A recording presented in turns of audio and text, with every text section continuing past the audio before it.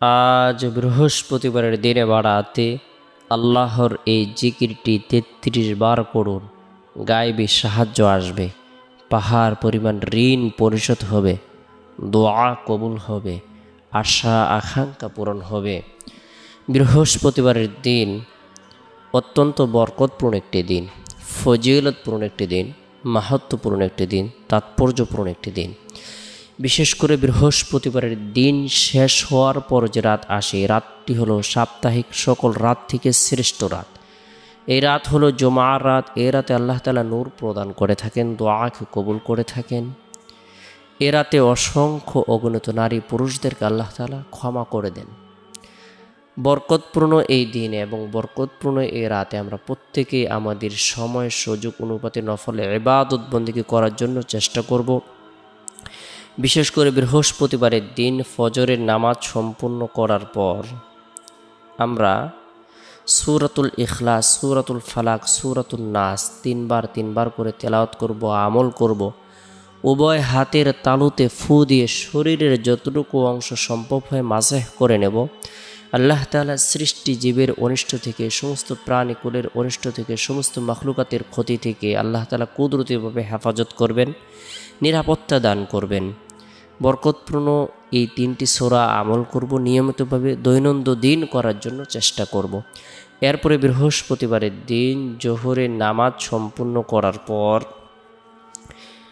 প্রত্যেকে গুরুত্ব সহকারে তাসবিহ হাতে নিয়ে 100 বার ইস্তিগফারের আমল করব। আস্তাগফিরুল্লাহ রাব্বি মিন কুল্লি যামবি ওয়া আতুবু ইলাইহি, আস্তাগফিরুল্লাহ রাব্বি মিন কুল্লি যামবি ওয়া আতুবু ইলাইহি। যে ব্যক্তি ইস্তিগফারের আমল করবে, আল্লাহ তাআলার প্রতি পরিপূর্ণ বিশ্বাস রাখবে, আল্লাহ তাআলা তার হায়াতের মধ্যে, রিজিকের মধ্যে, শারীরিক সুস্থতার মধ্যে, ধন দৌলতের মধ্যে, সন্তান সন্ততির মধ্যে বরকত প্রদান করবেন। কেননা যে ব্যক্তি ইস্তিগফারকে আঁকড়ে ধরবে, আল্লাহ পাক রব্বুল আলামিন তার উপর খাস রহমত বর্ষণ করবেন।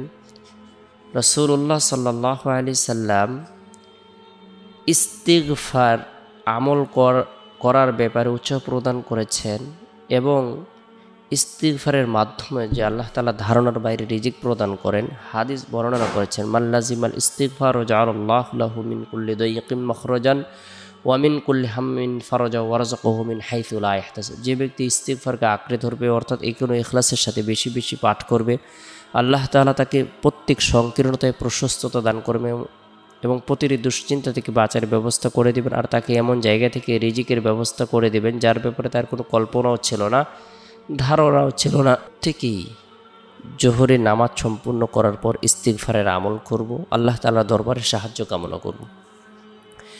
এরপরে বৃহস্পতিবারের দিন আসরের নামাজ সম্পূর্ণ করার পর নিরিবিলি এক পরিবেশের মধ্যে বসে আল্লাহ পাক রব্বুল আলামিনের এই জিকিরটি আমরা ৩৩ বার করব। লা ইলাহা ইল্লাল্লাহ, লা ইলাহা ইল্লাল্লাহ। যে ব্যক্তি লা ইলাহা ইল্লাল্লাহ আমল করবে, আল্লাহ তাআলা তার জন্য জান্নাত অবধারিত করে দিবেন, তার জন্য জান্নাত আবশ্যক হয়ে যাবে। যে ব্যক্তি লা ইলাহা ইল্লাল্লাহ আমল করবে, আল্লাহ তাআলা তাকে 7 আসমান জমিন থেকেও বেশি নেকি প্রদান করবেন, গায়েবী সাহায্য প্রদান করবেন। লা ইলাহা ইল্লাল্লাহ এর জিকির করব, আল্লাহ তাআলার দরবারে দোয়া করব, নিজের জন্য, পরিবার পরিজনদের জন্য, আত্মীয় স্বজনদের জন্য, জীবিতদের জন্য, মৃতদের জন্য মাগফিরাত কামনা করব। এরপরে বৃহস্পতিবারের দিন শেষ হওয়ার পর যে রাত আসে, এই রাতটি হলো বরকতপূর্ণ একটি রাত। এই রাতের মধ্যে বিশেষ করে আমরা যারা কোরআন পড়তে পারি, আমরা প্রত্যেকেই সূরাতুল মুলক তেলাওয়াত করব। যে ব্যক্তি প্রত্যেক রাতে সূরাতুল মুলক তেলাওয়াত করবে, আমল করবে, আল্লাহ পাক রব্বুল আলামিন তাকে কবরের ফিতনা, কবরের সওয়াল জবাব, কবর আযাব থেকে নিরাপত্তা দান করবেন। তেলাওয়াতকৃত সূরা, পাঠকৃত সূরা আল্লাহ তাআলা দরবারে সুপারিশ করবে। এরপরে রাতে ঘুমানোর পূর্বে আমরা প্রত্যেকেই নবী সাল্লাল্লাহু আলাইহি সাল্লামের প্রতি মহব্বত রেখে, ভালোবাসা রেখে দুরুদের আমল করব, ইস্তিগফারের আমল করব। সূরাতুল ইখলাস, সূরাতুল ফালাক, সূরাতুন নাস এই সূরাগুলো আমল করে আল্লাহর নাম নিয়ে যথাসময়ে ঘুমিয়ে যাব। চেষ্টা করব রাতের 1/3 অংশে ঘুম থেকে জাগ্রত হয়ে তাহাজ্জুদের নামাজ পড়ার জন্য। আল্লাহ পাক রব্বুল আলামিন আমাদের সকলকে বুঝার আমল করার তৌফিক দান করুক।